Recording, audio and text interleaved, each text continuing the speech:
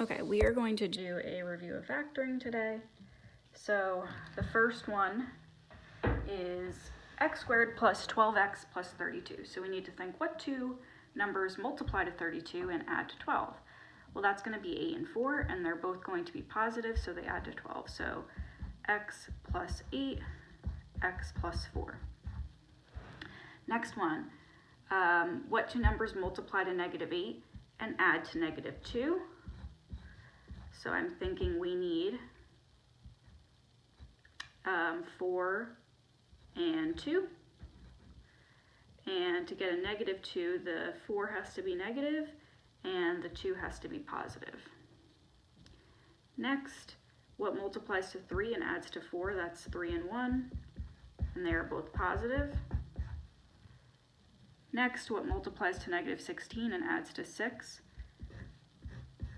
We definitely need 8 and 2. To get a positive 6, it needs to be negative 2 and positive 8. Next, what multiplies to negative 45 and adds to negative 4?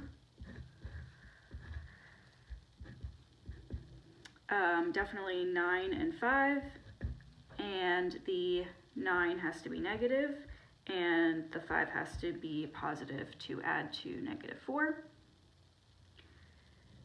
Next, this is the difference of two squares, which factors to a plus b, a minus b. So a is the square root of x squared, which is x, and then b is the square root of 36, which is 6. So it factors to x plus 6, x minus 6. Next, for this one, we have to slide and divide, and there's no GCF to take out, so we could just start sliding and dividing. X squared plus 2x minus 24. What multiplies to negative 24 and add to 2? That's going to be x plus 6 and x minus 4. We need to divide by what we slid by, which was 8. Next, we need to reduce our fractions. So I'm just going to move over here. So that would be x plus, we can divide both of these by 2, so 3/4, and then x minus 1/2. Make sure you reduce the fractions and don't skip this step.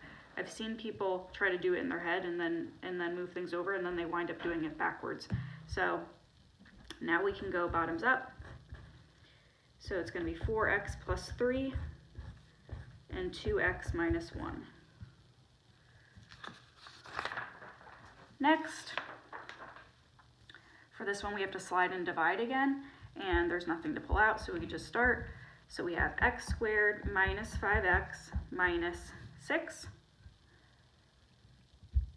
Now we need to think what two numbers multiply to negative 6 and add to 5. That's going to be x minus 6 and x plus 1. We need to divide by what we slid by, which was 2. Now this becomes 2x plus 1 and x minus 3. Next, no GCF, so x squared plus 7x minus 8. Factor 8 and 1, and we need the 1 to be negative and the 8 to be positive. And then we need to divide by what we slid by, which was 2. Bottoms up, 2x minus 1 and x plus 4.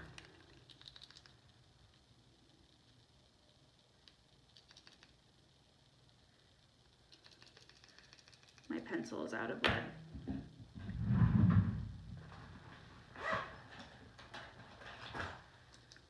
Okay, this one, no GCF. So x squared minus 9x plus 18. What two numbers multiply to 18 and add to negative 9? That would be negative 6 and negative 3. We need to divide by what we slid by, which was 9. We can reduce both of these fractions, so x minus, we can divide both of these by 3, so 2/3. Same thing, divide both by 3, 1/3. And then we're going to go bottoms up, so 3x minus 2, and 3x minus 1. For this one, we could just factor out the GCF, which is going to be, they both have, 3 can go into both of these coefficients, and then we can also factor out an x, so our GCF is 3x. Don't leave it like that. Factor out the GCF doesn't mean what is the GCF. You're factoring it out, but you still have to continue to factor.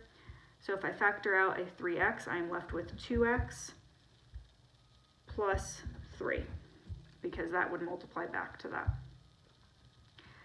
Last one, factor out the GCF, then factor the trinomial. So we're going to factor out 4x, and we will be left with x squared plus 6x plus 9. Now we can factor this trinomial, but make sure you bring down that 4x in the front. This factors to x plus 3, x plus 3. If you would like, you can write it as 4x and then x plus 3 squared, but if you left it like that, that wouldn't be wrong either. Okay, that is it for today. Good luck on your quiz tomorrow.